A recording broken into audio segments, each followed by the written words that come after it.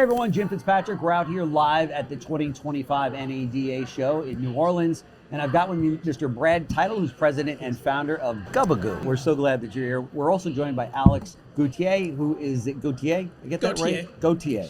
Gauthier, So which close. is perfect for here in New Orleans, right? So close. That's true. But director of marketing for Heuberger Motors. I got that right? You did. Okay, it's late in the day. Forgive me. 25 interviews later, but anyway, we spoke, Brad, last week when I had you on the show about Curator, and obviously this is kind of the big, launch of that right here at NADA. Yes. What are you finding? What are the dealers saying about it, and what's the feedback then? So I think the feedback's been overwhelmingly positive. We to be able to show a layer of connected information that connects across all systems, that benefits the marketing, connects the people with the user experiences. The dealers have been very receptive to it. Yeah. Everyone's investing in CDP, so to show how it can go to the next level, it's been very positive. Right. And CDPs are really such a hot topic right now, right? Dealers are asking themselves, how does this work with my CRM, and is it essential that I have one? Talk about that for a minute. Yeah, I mean, I think that the whole CDP landscape has become very important to every dealer. It's a tool for being able to market effectively and efficiently. It's a tool that allows them to connect all their information, and it's future-proof in their business. Sure. It's a new way to market in the future, Right. And dealers need to get their hands around the data, understand the capabilities, because its reach is far greater than just marketing. Yeah, that's fantastic. Alex, as a pilot dealer with Nielsen, got a sneak peek at Curator, and you've been working it for a few months now. What are the kind of the early impacts that it's had in the dealerships? Well, I'm more on the marketing side. So Okay. for me, I've had access to our CDP for a while. So it's really what's been kind of meaningful at our store is watching the light kind of go on in the eyes of the salespeople and our sales managers about how, you hear all this information about first-party data, Right. And we have this huge pile of data as dealers that we really have not really done anything intelligent with for years. Sure. Suddenly they see why it matters. Yeah. So Curator gives them a very actionable way to use this data that I think about all the time. Yeah. Now I'm not the only person who cares about it. Okay. Alex, talk to me about the store that you've got, which is a huge Subaru store, right? You're like number one in the nation, or? We've various points. For a long time we were number one volume, and then over time since our inception, I believe we're at number one for all dealers. That's Super fantastic. dealers. Yeah. And what kind of an impact have you seen on this so far?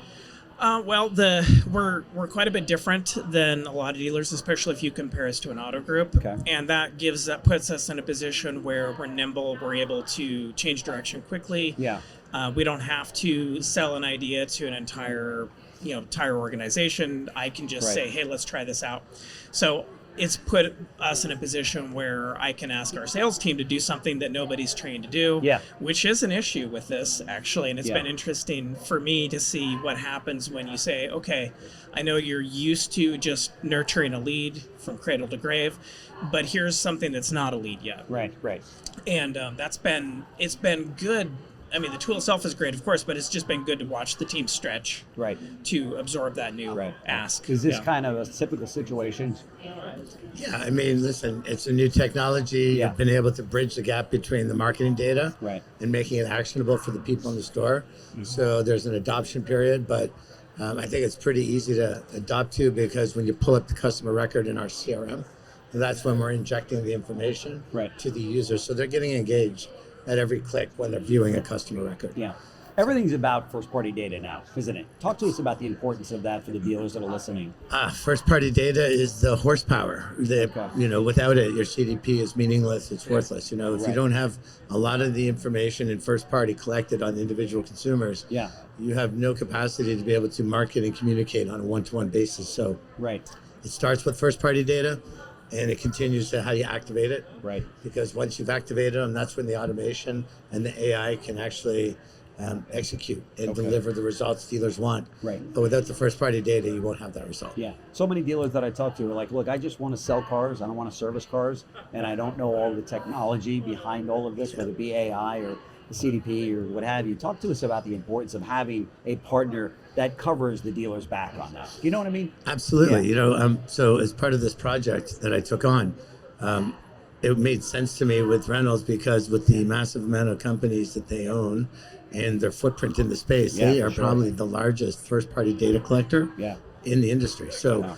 with the amount of data they have, we have the ability to connect the systems and take the stress out of the dealer because we know how to bring the data in, we know how to activate it, and we know how to essentially stitch the data across all the systems so that pick, click, submit, set it and forget it type thinking is going to be easier for the dealer than trying to work through it themselves, invest millions at a process that is not plug and play. You got to learn from it. Sure. So we bring a lot of experience to the table to help the dealers take that problem out of their hands. Sure. We saw the industry have a little bit of a shock last year with security, right? When we saw one of your competitors out there kind of go a little sideways and come up against, a terrible situation. Talk to us about the importance of partnering with the right company that can ensure the security of the customer's data.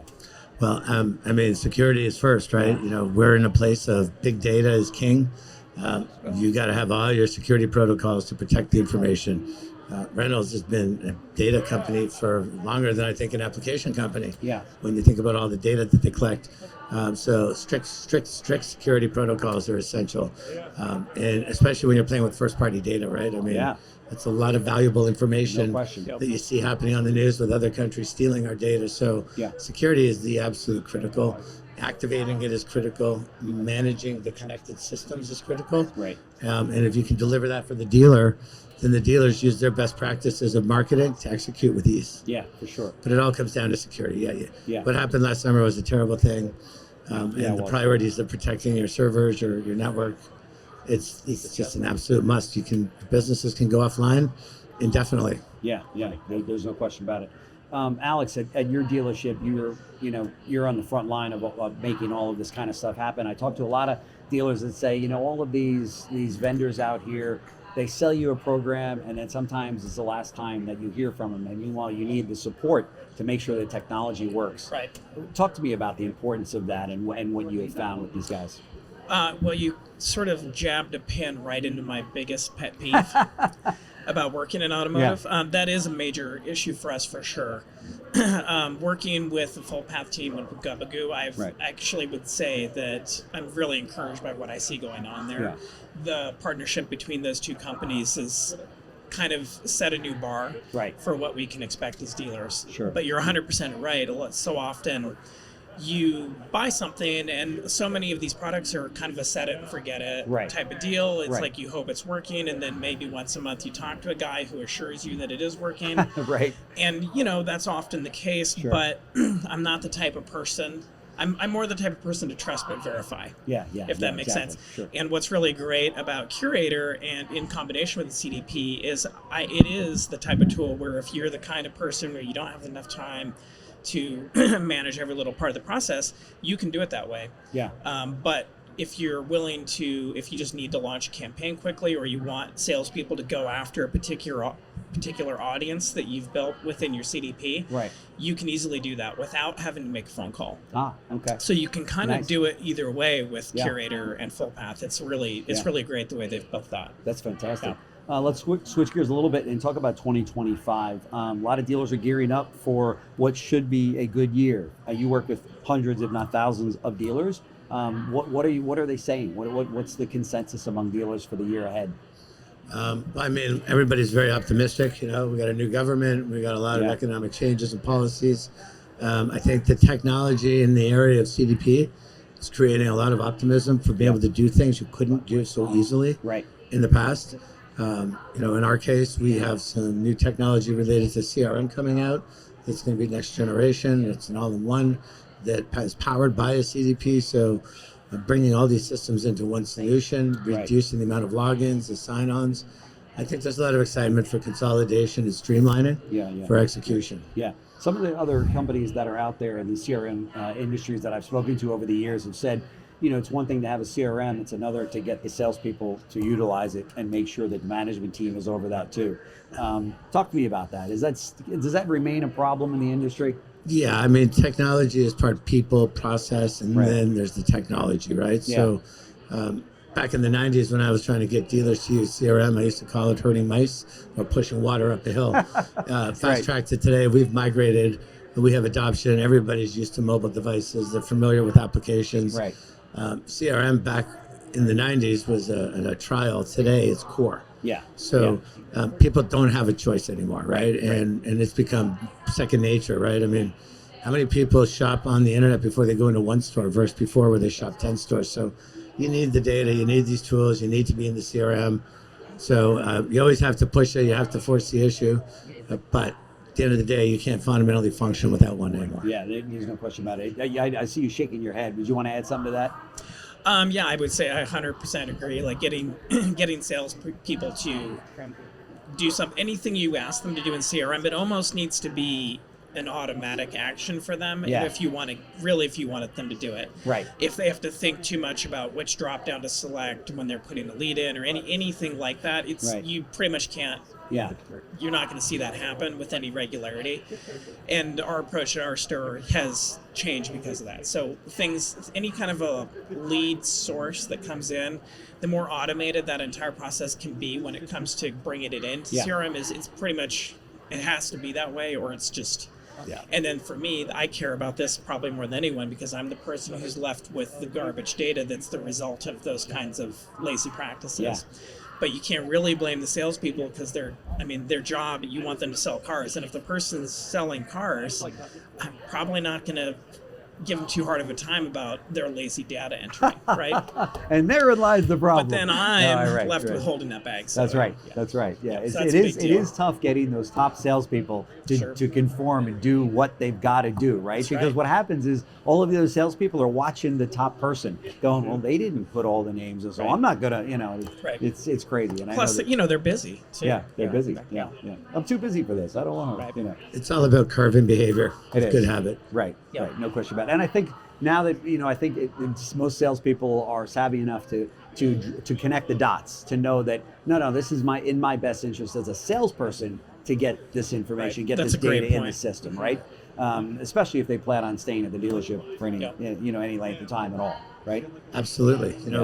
You see, everybody's getting smarter with data. I think we're all looking at data, not just from what you put into the system, the print a worksheet to help sell a car, but the things you can do with data that creates lists, audiences, opportunities. People are so much more receptive to it nowadays because you can do more things than you could before, and everyone had to go through this attrition of learning from how to use a CRM to what are the best practices to, wow, it does perform. I do sell cars too. Back in the day, we used to take away the worksheets. So you had to scan the license in order to print it at the desk. That's right. And change behavior. Today, people recognize that their data is in their device, it's in their CRM. Yep. And the more rich information you have, the more benefit they will have. That's right. And people start to ask questions about more lists of things to chase, to sell into. So the CDP is the best example of how all this data flows automatically in and harvests all the data and hygienes it, right? So that's awesome. Collecting the sources are important. Yeah. But when you go back 20 years ago, we've come a long way. Oh yeah, but we still have a long way to go because the technology is evolving. New, better best practices are coming out. Right. And nowadays, or I should say in the future, I guess you'll have it where customer drives on the lot and there'll be some mechanism that just downloads the data, right? You won't even need the salesperson to do it, right? Yeah. We got all the information right here on the customer that we need, right? It's starting to show up in those meta glasses now with all this collected data. So exactly. It's on its way. I'll give you the last word, Alex. What's your forecast for your dealership for 2025? You planning on a good year? I think so, yeah. We're interested in the stuff Subaru is shipping in the next 18 months or so with hybrids. I think that's going to make a big impact for us. And then we actually have a great tech stack right now. I think we're well positioned to make some serious hay with that. Great. So that's fantastic. Congratulations. Yeah. So Brad and Alex, thank you so much for joining me on the show. Very much appreciate it. Yeah. Thanks for having us. Absolutely. Thanks so much. Good to see you again. Thanks. Thanks.